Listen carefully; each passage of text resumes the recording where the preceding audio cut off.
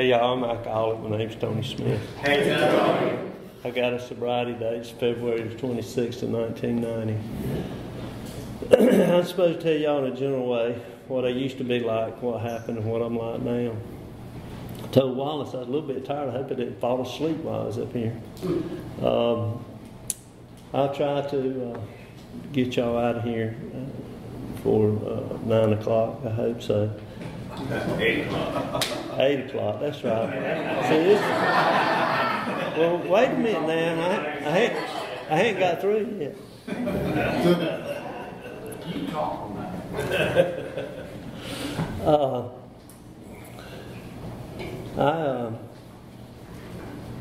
I like what Alcoholics Anonymous has done to me. People like Wallace, I've been following him around for a long time. I remember one time I remember I had got in AA, I had got out at treatment center, and Billy Pate and Billy Parker and what was that other? I think all them guys have passed on now. And Speedy, his last name was Center. I can't remember his name. He only drove about 45 miles an hour. He was a farmer. He drank for 40 years and farmed, and he was sober about 8 or 10 years when he passed. But they couldn't get me. I was 33 years old, and I don't know if I'd been tried or waiting to be tried for habitual drunk driving. In 1990, that carried a sentence of 8 years, and then under the First Sentencing Act, they would cut it in half. But I mean, I was looking at 4 years in the boogie house. And I didn't like going to spend weekends in jail. I did that a few times. But these guys show up at my house.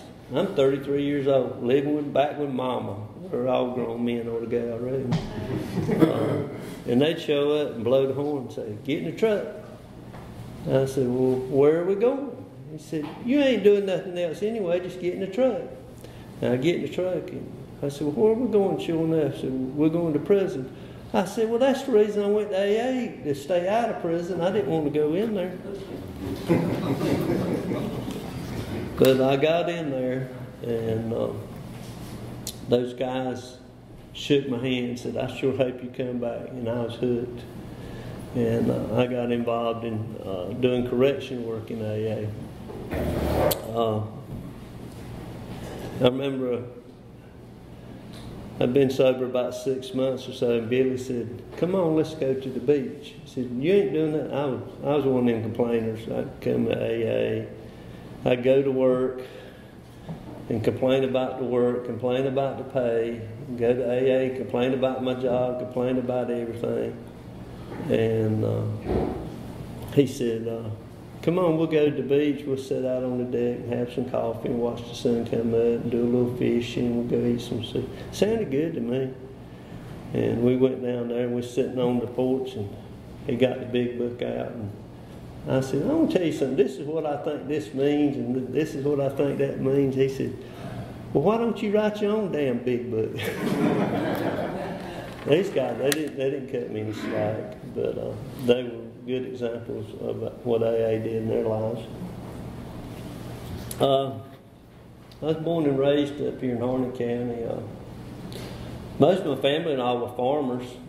Back then, you could make a pretty good living with a small farm, 20 acres or whatever. And some of my folks had other jobs they did in between, but I thought I thought they worked me mighty hard for a little bit of pay, is what I thought. But, looking back, what a wonderful way to grow up, eating fresh corn out of the garden, and going to Grandma's house and spend the summer barefooted and working in the garden. And they didn't have herbicides back then. When it rained, you went and pulled grass out of the crops.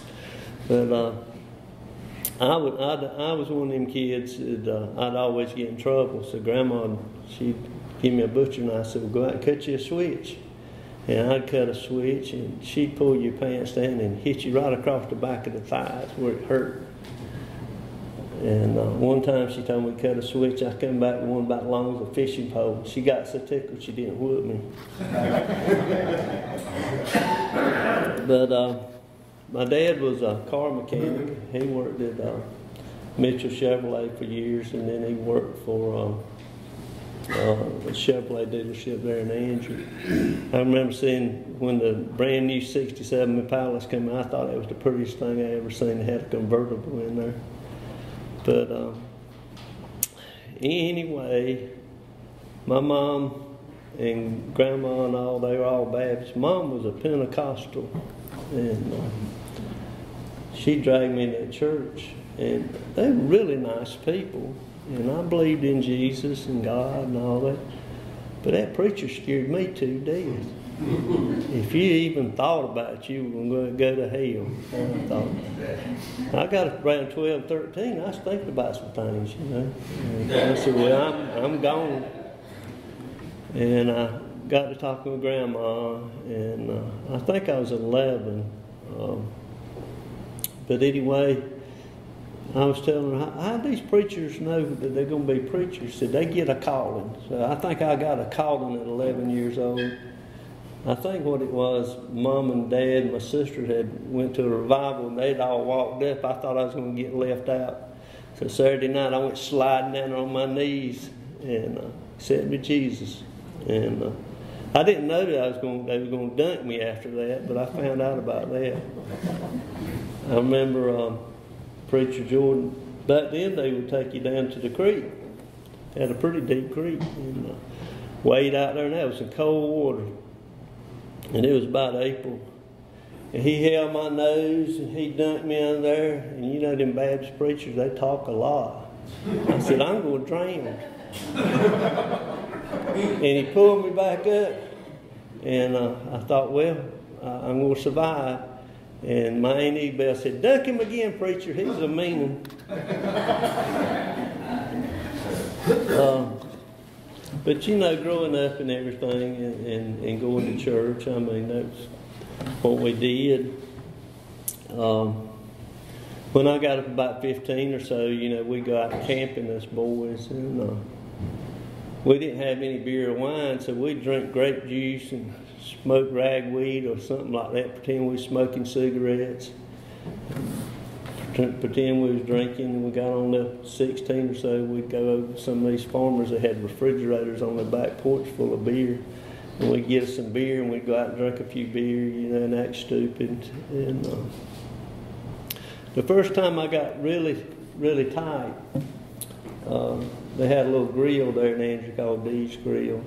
That's where everybody hung out on Friday night, you know, especially football night.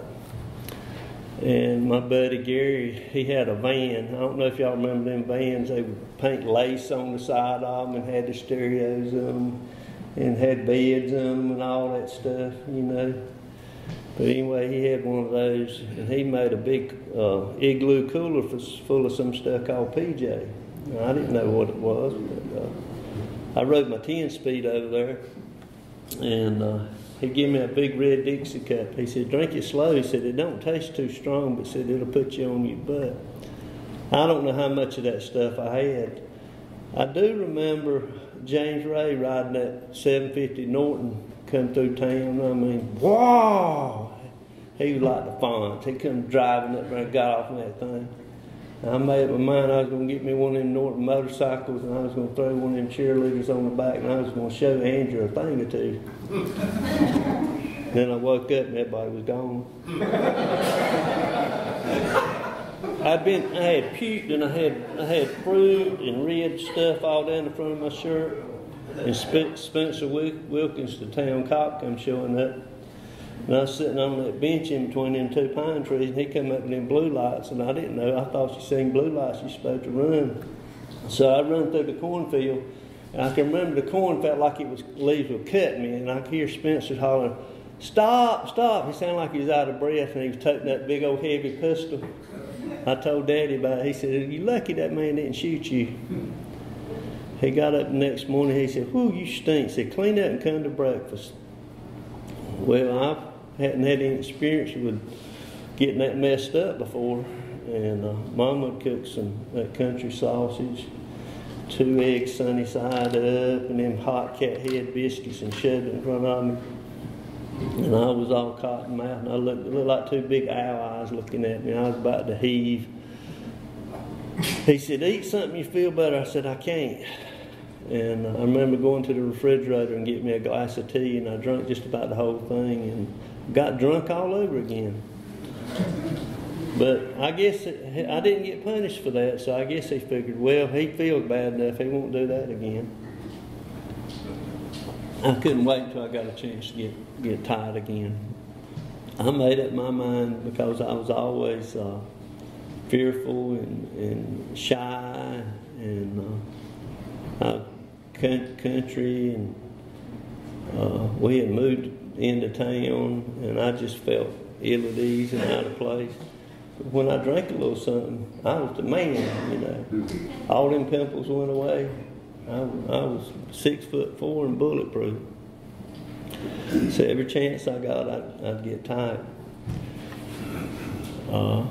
Age 17, I went to a bluegrass festival we had out in Angier, and drank some tequila. And I had some buddies. We had crawled under the fence. We didn't pay. We just crawled under the fence and built us a little campsite. We'd go hear the music. We run out of beer. One of them would go to somebody else's campsite and drag their cooler of beer over there. I said, "Man, y'all gonna get us in trouble." I said, "Well, we need to go get our own beer." I said, "Well, I'll drive." And I got pulled over. Had to go over. Angier's right next to Harnett County, but it's right next to Wake County. So we was gonna go up churches and get some beer, and I got pulled over. I don't know what it is about that booze, but I said, "Man, I'm gonna talk that guy out of this." I got it. I got out. It's 11 o'clock on Saturday night, and I've been drinking tequila. I'm 17 years old, and I really thought he was gonna let me go. And he had that flashlight about that long. He took my sunglasses off and shined in my eyes. He said, "Boy, your eyes are bloodshot." I said, "Man, I got sunglasses on 11 o'clock at night. The jig's up." So he took me to jail, and he let one of them guys drive the car. And my daddy come got me out of jail over in Lillington. And some guy was laying on one of them thick mattresses. It was just a mattress, there wasn't anything else, on some springs in the corner.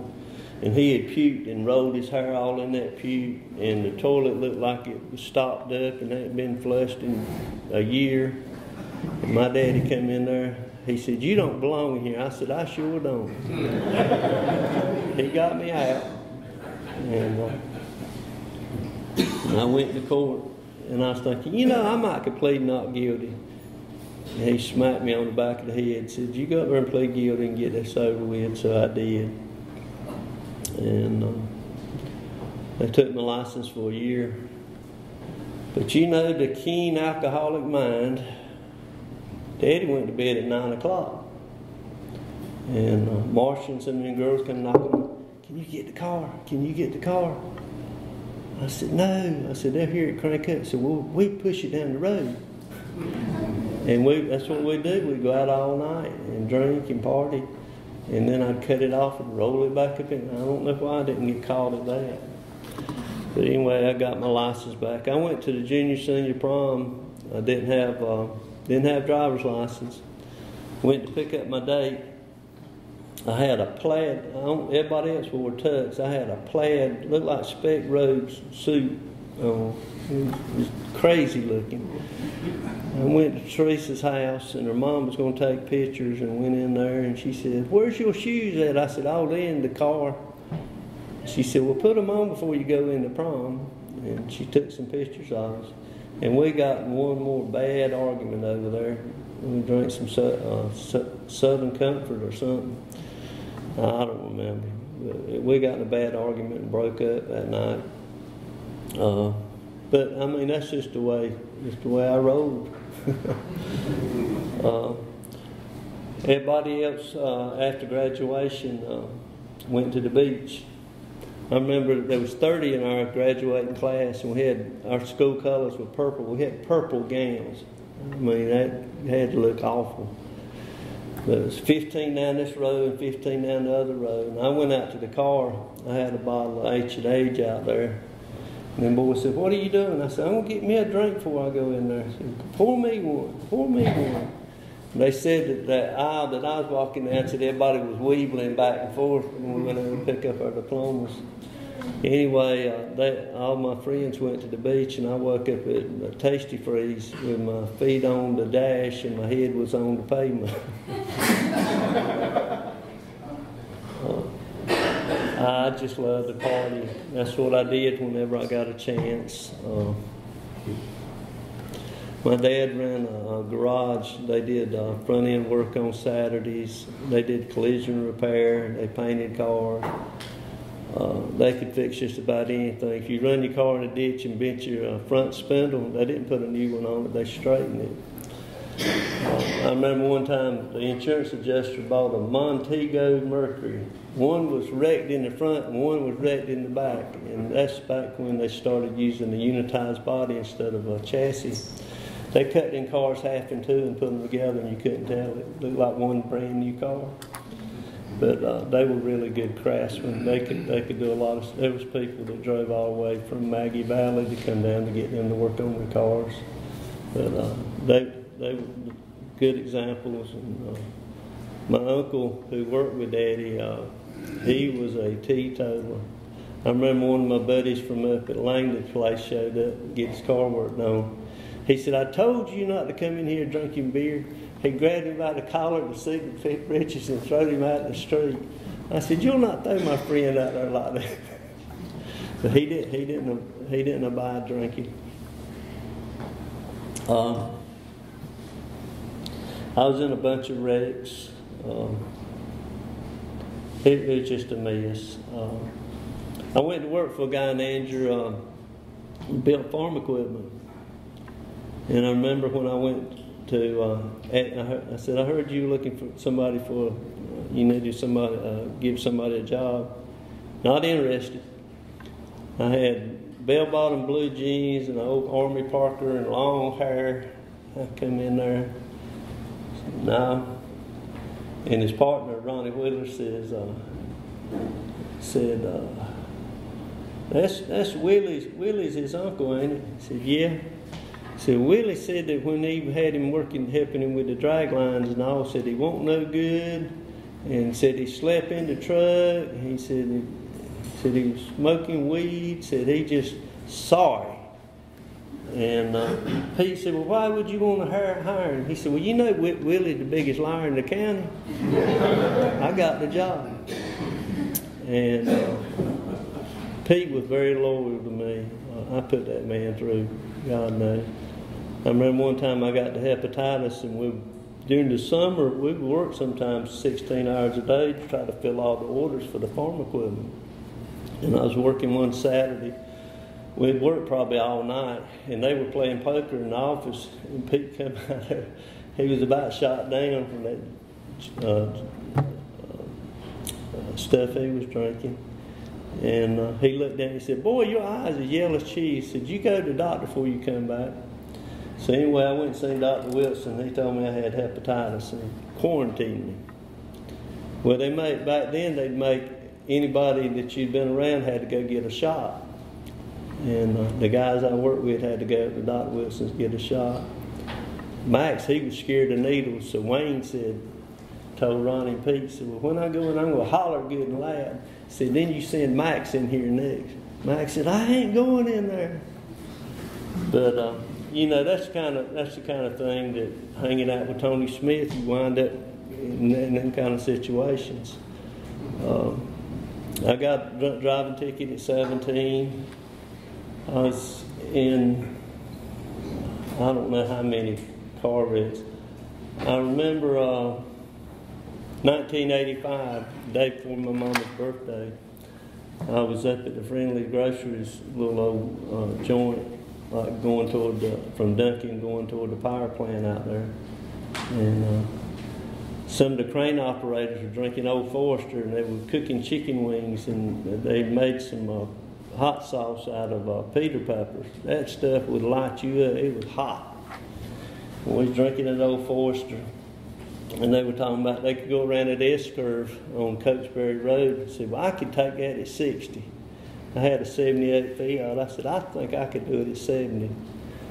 I hit that curve at 85, dropped the wheel off, and the pine trees are big now, but they used to be like little lap pines. But the car went in between them, down in a ravine, and I hit a forked maple tree. And used to have them radios, you know, had the knobs on it, and it went right through side. But if it had been a little closer together, it got both my eyeballs. But it busted my skull, and the gear shift knob went through my knee.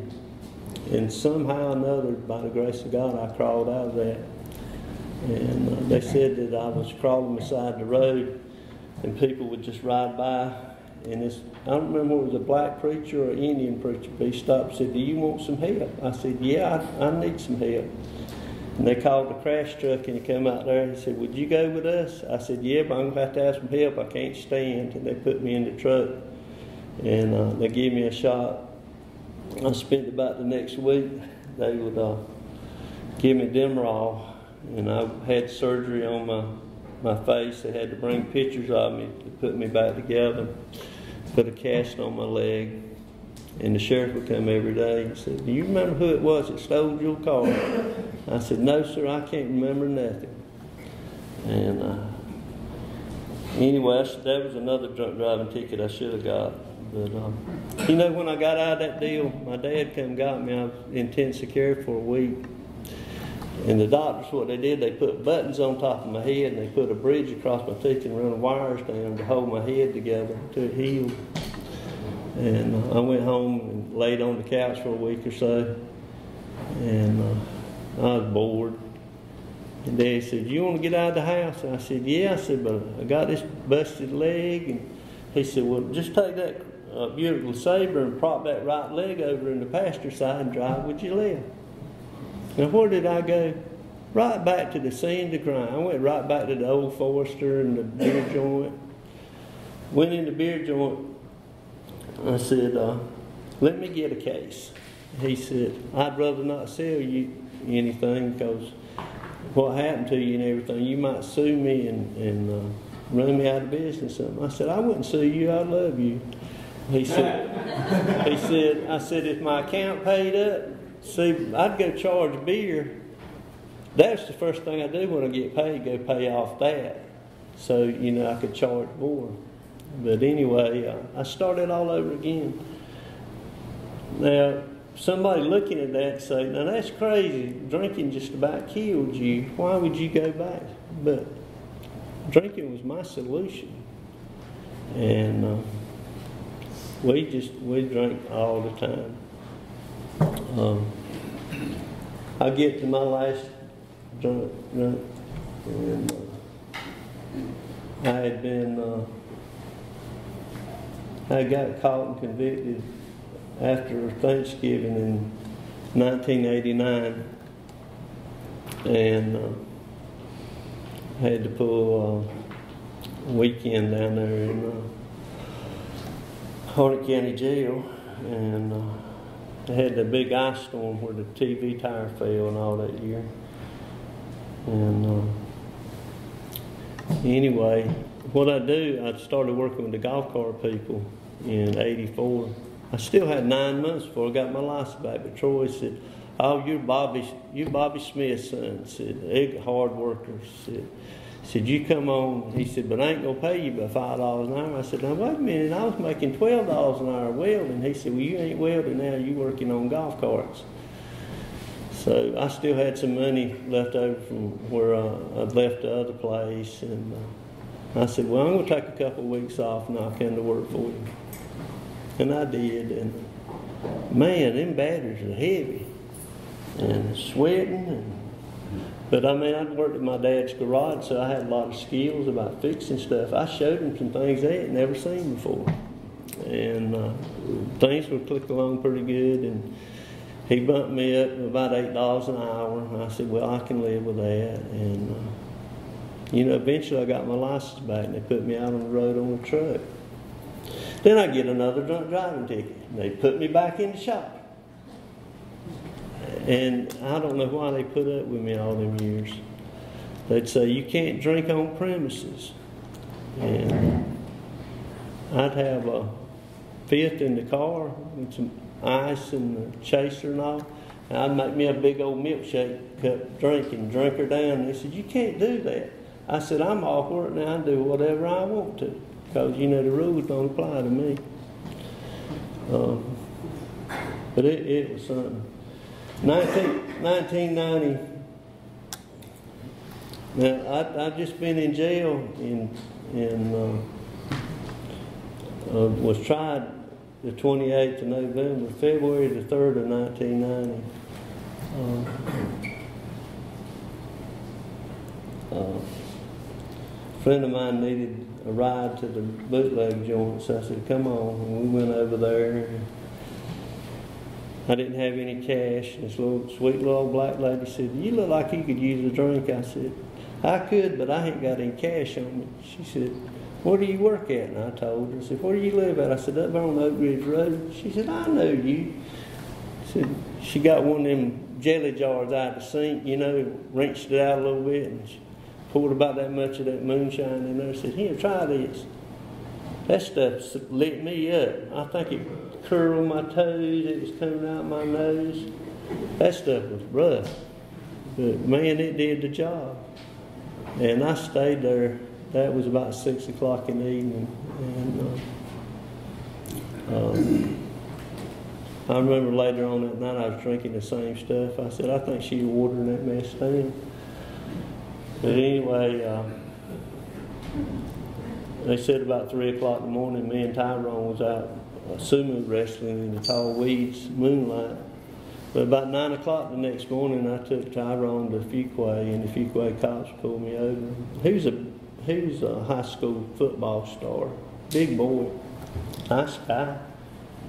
Bad mistake getting in the car with Tony Smith. They pulled me over, and I reckon they was afraid of him, but they kicked him in the ribs, kicked his teeth down his throat, beat him up pretty bad. And they looked at me and said, we don't have any problem with you? I said, not a bit. And I went to the police station, and they said, do you want to blow the breathalyzer? I said, well, let me call my attorney. So I called Philip Barrow. Philip was one of the two defense attorneys that sat on when they made the DWI laws. He was the governor's lawyer. I don't know how I got hooked up with these people, but anyway, I called, and his wife answered the phone. Hey, Tony. I said, you remember me? She said, yeah. She said, my son still plays on the basketball goal you bought for him whenever you got in trouble that last time. I said, okay. I used to work at Swords and Christian where they made the fancy basketball goals. But anyway, he said Philip was out in the ocean fishing for sailfish or something. I said, well, you ready to blow the breathalyzer? She said, well, you sound pretty good to me. I said, go ahead and do it. I said, sound good to me. So I sat there and signed the paper and blew a 26. The cops couldn't believe it. They recalibrated the machine. I blew it again, blew a 26. They did it again. They said, well, it must be a 26. And there was this other guy in there, he was a long-haired dude, and he was in a wheelchair. I thought he was handicapped. I reckon he was just so drunk that he couldn't walk, and they'd rolled him in there in the wheelchair. But they rolled him up to the counter where the desk where they had the breathalyzer machine. Said, you want to do the breathalyzer? And he was nodding his head all around. Said, well, I reckon he does. They put the paper in front, and he was writing all over the desk. And they stuck that thing in his mouth. He blew a 26 and fell out of the chair. He was an untrained drinker. I talked with Steve Mitchell about that. He said that's alcoholism. When you got that kind of juice in you, enough to kill most people, and I'm out there operating. Anyway, they carried me up to Raleigh, and I called everybody I could. The sergeant was real nice. They threw me in the bullpen. He said, you don't belong in there. He said, you want to make a phone call? I called him. He said, no way. I ain't messing with you. You know. So finally I called my brother, and I shamed him into coming and get me. And he got me out, and come down the elevator and went into the parking garage, and it was on the second level, and this deputy sheriff pulled up, and I leaned over the rail and puked right on the front of his car. And my brother said, "What's wrong with you?" I said, "It must have been that green baloney didn't agree with me." I said, "Get me out here before they put me back in the boogie house." We went back to Fuquay, and I said, "Go in the police station and ask them what they did with my car." And my brother come back and said, "That guy in there said that he didn't think you were too ashamed to come in here and ask where your car was. If you want to know, you got to come." I've been in jail all night. It's February. I got flip-flops on and cutoffs and a light blue tank top with a big mustard thing. So I go in there, and it's the same guy that beat up my buddy. I ain't like him. But anyway, I asked him. He said, "I didn't think you had enough nerve to come in here." And I will never forget the way he looked at me like I was a piece of trash. And he told me where my car was. Anyway, later on that night, I guess I was doing like a 4-step inventory. I said, "Buddy, all you do is get drunk driving tickets, worry everybody. You tell people you do stuff, and then you go stop and have a beer somewhere. You don't show up. Just seem like the same thing over and over and over." And I said, "I just want out." So, best idea I could come up was take out a Mossberg shotgun and stick it in my mouth. And if I made it look like I was cleaning the gun, maybe Mom and Daddy get some insurance money out of it or something. So I decided to go back down the street and talk to Miss Champion, because she was the biggest gossiper in Duncan. And I told her what I was going to do. And me and Arlie, old bluegrass guy, was renting that house together. He was probably about 65 or 70 years old. I was 33. And she said, "Where are you going to do it at?" I said, "I don't know. I hadn't thought it out that far." "Well, don't do it in the house. Arlie had to clean that mess up." She said, "Why don't you just go out there to that," it was one of them pack houses where you grade the bike up, but it hadn't been used in 20 years. But down in the bottom, they had dug out a basement, and they'd hang the bike up there to get it in order, so it wouldn't break apart when you used to roll it up in bundles. She said, "Just push one of them windows and stick your head in there." I said, "There's snakes in there." She said, "I know. Let one of them moccasins hit you a time or two." I said, "Scared me to death." She said, "Tony, you're not going to commit suicide." I said, "That's a coward's way out, and you're not a coward." And I remember going home to that old farmhouse, laying in that bed, and sweating it out. "I'm not going to drink. I'm not going to drink." And I was shaking and sweating. And I just said, I remember saying, "God help me." And for the first time, and as long as I could, I always had to get drunk to go pass out or whatever. I slept through the night. The next morning, my mom called and wanted to know. I don't know how them moms find out about stuff. She must have radar or something. But anyway, I said, "Yeah, I got to ride to work." And then I went, told the boss, and I told him I was going to go to AA. He said, "I think you should." And he told me about Billy Parker, and I called Billy, and he knew all about the drinking stuff. And we became buddies and going to AA meetings and went to treatment, went to court, and I don't know what happened. I've come out there and wound up having to do a month of weekends in jail, intensive probation, and started going to AA meetings. And I remember early on I started going to the prison meeting. I'd ride that moped up there, and I'd get my big book. I had one of them big print big books. I'd get it out of saddlebags, and I was going in there to save them dudes. They were laughing at me. I missed AA. Later on, after they got me another sponsor, and I started going to retreats. I remember going to Blue Ridge one time, and at the end of the retreat, everybody would sing Amazing Grace. And I couldn't sing it because I was just crying uncontrollable. And two old guys from Kentucky They later became some real good friends of mine. I go see them about twice a year at a retreat called Possum Trot. But they said, it feels good, don't it? I said, what are you talking about? I said, God's cleaned you out. He said, you're full of the Spirit.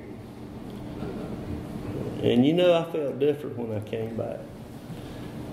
And I remember asking my sponsor, I said, well, when's that spiritual stuff going to happen to me? He said, oh, it happened to you about 2 weeks ago. I said, what are you talking about? He said, well, you ain't looking at the floor. He said, I can look in your eyes and tell there's something going on in there. And that, you know, looked like death warmed up to start with. But anyway, they started the Willow Springs 12-step group. And at that point, I went to a lot of speaker meetings. I remember one time I was a member of the Lillington Somerville group. I went in their bathroom and came back out, and they were congratulating me. I said, what do y'all congratulate? I said, you're the GSR. I went to the literature rack immediately, found a pamphlet that said, most important job in AA. I said, well, that's for me.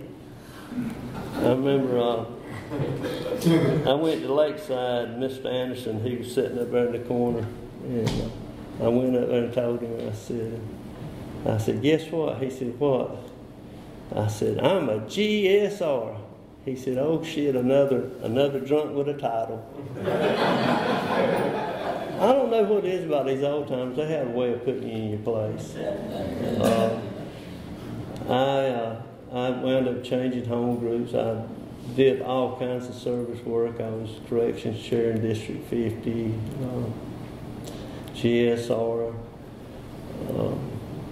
I've done everything I think but treasurer. Got really active in corrections work. I remember I was sponsoring Rocky one time. I guess this was about 96 because he stayed in that little trailer when Hurricane Fran. I tried to get him out of there, but he wouldn't leave. But we went to the corrections conference. I remember a few days before that, he said, I keep hearing about that big book. He talked with a Virginia kind of drawl. He said, I've been hearing about that big book. So what's all that? I opened the trunk. I bet you there was 100 big books in there. I said, pick you one out, buddy. He said, what in the world? He ain't never seen it. Well, I was collecting big books to take into prison. I said, get whichever one you want. It's got to write your name in your sobriety date down. And then we went to the corrections conference. He said, I sure wish I could do more. I said, well, good. I'm chairing the next meeting. I said, you can read the traditions. And he sat in front of the mirror, and he couldn't say anonymity. He got it down before it was time to get up on the stage. Alcoholics Anonymous has been real good to me.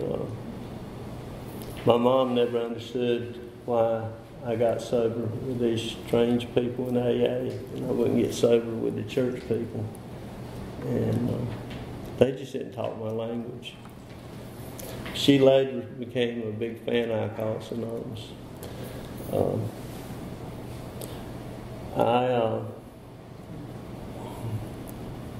I joined the Willow Springs 12-step group when it started. It started in 93, but I still had some service commitments, so I actually joined the group in 97. 1994, I was up at Blue Ridge, and I was stark raving sober. I was a blubbering idiot. Me and the sponsor had been down to Maggie Valley and done the tourist thing, and he was asleep, and I was going crazy. And 3 or 4 of them Al-Anon ladies were sitting up there in that big house, had the big pillars in front of it, looking out over the Seven Sisters. They were just in heaven. What peace and serenity. Here's this madman. Well, I said, have you got a sponsor? Go talk to him. Yeah, he's asleep up there. And I saw my sponsor I have today. He went hiking at the mountains. He got him a drink of water down there at the bottom of the General Lee House, I think that was called. And I motioned. I said, come on up here, Jim. I said, I want you to sponsor me. He said, I think Cook was his sponsor at the time. He said, well, I talked to my sponsor and said, you pray about it and I'll let you know something Sunday when we get back. That wasn't good enough. I wanted to answer right then, but I had to wait. But we sat down and read the big book together. If it said write, we'd write. If it said pray, we'd pray. I remember it felt kind of funny. We did the third step, and we knelt in front of some chairs. We found a room at the church, knelt in front of some chairs, and prayed the third step prayer. I was thinking, I want somebody looking in the window to see me holding his hand. But anyway, you know, I had no problem sitting down doing my fourth step after that. And I said, well, do I have to give up my prison commitment? Because I hadn't really been honest with them guys. And he said, no, I want you to tell them where you're at. So I went in there and owned up that I said, I kind of sort of did a fourth step, and I've never done a fifth step, and I go to a lot of meetings. But anyway, there was a couple of guys in there that were working the program, and they exchanged their fifth steps. And you know what? They got the same results I did inside a penitentiary. Those guys can't understand how I can stay sober and I ride by a liquor store, ride by a beer store. I can't understand how they can stay sober where it's never dark, it's never quiet. You got all these confrontations. Man, I give my hats off to them. They made it a cashless account so they couldn't contribute to the seventh tradition. And of course they could if the powers that be would let them take money out of their account and somebody had to manage it, but nobody wants to do it. So Carter and them come up with an idea. What we'll do, we'll walk around this camp with 800 or 900 people. We're going to, once a month, we're going to walk around and pick up trash. Started out with 4 of them. I think it's about 15 now. They get together. We have a regular meeting every Thursday night. And then on, I think it's Saturdays, they meet between the M&N dorm and they have their big book meeting. And they go through the book. And if it says pray, they pray. If it says write, they write. And they work the steps together. After they went through the big book, they did Language of the Heart. I took them Dr. Bob and the Old Timers. They read that book together. And they're just hungry for Alcoholics Anonymous. They look forward to me coming in there every week, and I love going in there. I got married. I've been sober about 14 years, and I bought a house. Got a resentment and bought a house. And I was on the committee at Blue Ridge, you know, where to make sure the coffee's ready, make sure there's plenty of ice cream sandwiches, Nutty Buddies in the thing. And there was this redhead down there. She'd come from Roanoke, Virginia. And I don't know what happened, but anyway, I took a piece of chocolate cake. I said, there's one piece of chocolate cake, Penny. I said, I brought this for you. And she ate it. She didn't tell me she was allergic to chocolate cake, but she ate that cake. And then I went to Possum Trot. She was at Possum Trot. Me and Ronnie was sitting there drinking coffee and sitting up there on the top of that hollow. And we were whittling. And here she come sashaying down. He said, I ain't never seen nothing like that up here at Possum Trot. He said, y'all gonna get together. I said, there ain't no way. She had me riding horseback, all kind. She had me wrapped around her finger. And then she started coming to visit, and she moved in, bought a parrot, bought a cockapoo. My life began to change. The house started smelling different. And we went to the retreat, and she said, we're going to get married up there. She bought the rings and all that stuff. I said, you can't get married up there. You got to go through that Episcopal thing, got to be approved. She said, no, we're going to get married in an apple orchard. So we invited everybody at the retreat to come, that wanted to come to the wedding. Cook's got it set up. You go to the retreat. If you're not married, y'all can't sleep together. So I was rooming with somebody, and she was rooming with somebody. Come back, I said, well, Cook, we're married now. He said, well, you won't when you registered. So we had the honeymoon when we came back. We went to, I can't think of that beach down there. But John Brown, they had some kind of AA thing down there. Dave Cook was speaking in Korean was down there. And we went down there and stayed. But anyway, I got sick with hepatitis C and had to go through that treatment, taking that interferon and stuff. And it makes you pretty sick. Well, the doctors wanted me to continue to work, continue to go to AA. And man, that stuff makes you sick. I get home, I just wanted to curl up in the fetal position till time to go to the meeting. And she would cook a beautiful meal. And I said, honey, I just can't eat anything. And she'd throw it upside the wall, and then the dog would wind up eating it. It got bad, and she wasn't happy. And so she told me she was going to get a U-Haul. I sponsored this Vietnam veteran. His name was Lynn McDonald. Me and Lynn, God bless him. He was just a hell of a nice guy. And anyway, we'd go to AA and work the steps together. But every time we got a chance, we did a little fishing. So I called him. I said, you got the boat hooked up? He said, well, I can have it hooked up in about 15 minutes. He said, I thought you was helping Penny load the U-Haul. She don't want my help. So we went fishing. And I'd fish, and then I'd get tired. I'd lay up on the front of the boat. He had a little beagle named Serenity. He said Serenity would lay up on my belly, and we'd be fishing in a spot. I'd wake up, and he'd be trolling with a bunch of lines behind him. But I heard him give his AA talk one time. He said, you know, my wife said when they'd leave, said I'd have my leave. Honey, please don't leave. Please don't leave. He said, I wish I could be like my sponsor. And he said, whenever his wife left, said we went fishing. But it wasn't meant to be, and it was mutual. She left me with the parrot and the dog. And the dog lived 12 years. I just had to put him to sleep. He had cancer, and it was hard. The day I took him to put him to sleep, he wouldn't climb out the window and hang his head, but he'd just sit up there in the seat and he looked at me like, I love you.